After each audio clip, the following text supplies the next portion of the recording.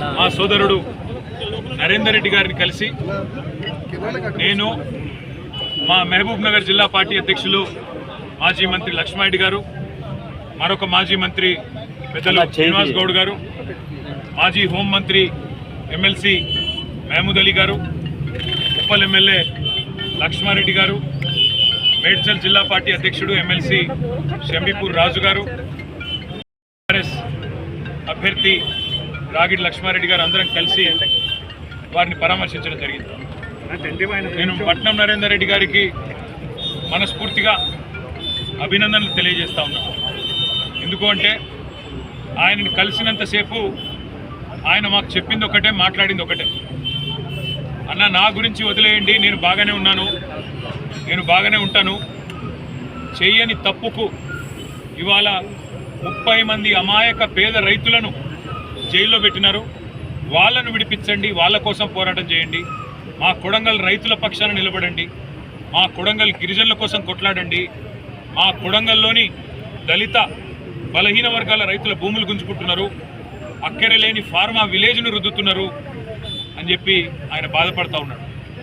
మొదలు పెడితే చెర్లపల్లి జైలు దాకా అమాయకులేమో జైల్లో ఉన్నారు, కానీ కొడంగల్ నుంచి కొండారెడ్డిపల్లి దాకా అరాచకాలు చేస్తున్న దుర్మార్గులేమో ఇవాళ గద్దెనెక్కి కూర్చున్నారు.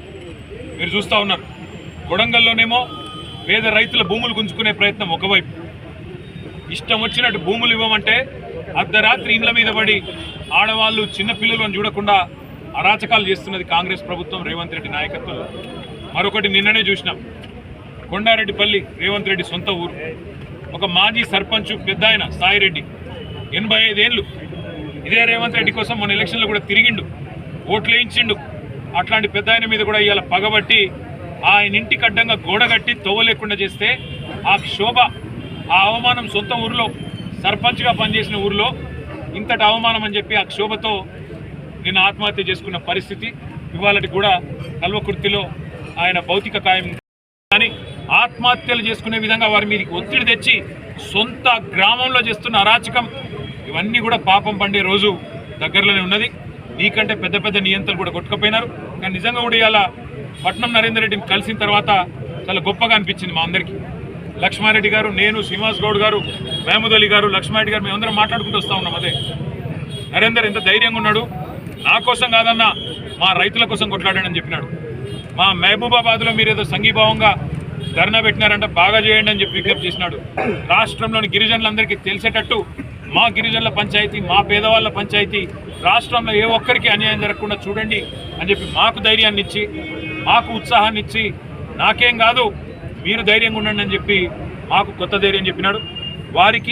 వారితో పాటు ఇవాళ 30 మంది పైచిలకు పేద రైతులు ఎవరైతే చెయ్యని తప్పుకు కేవలం మా భూమి ప్రభుత్వం దౌర్జన్యంగా గుంజుకుంటే దుర్మార్గుల పాలనలోనే ఇట్లాంటి ఆంక్షలు చూస్తాం. ఇండ్ల కట్టంగా గోడలు కట్టే పరిస్థితి ఎక్కడన్నా ఇదివరకు ఉండేనా?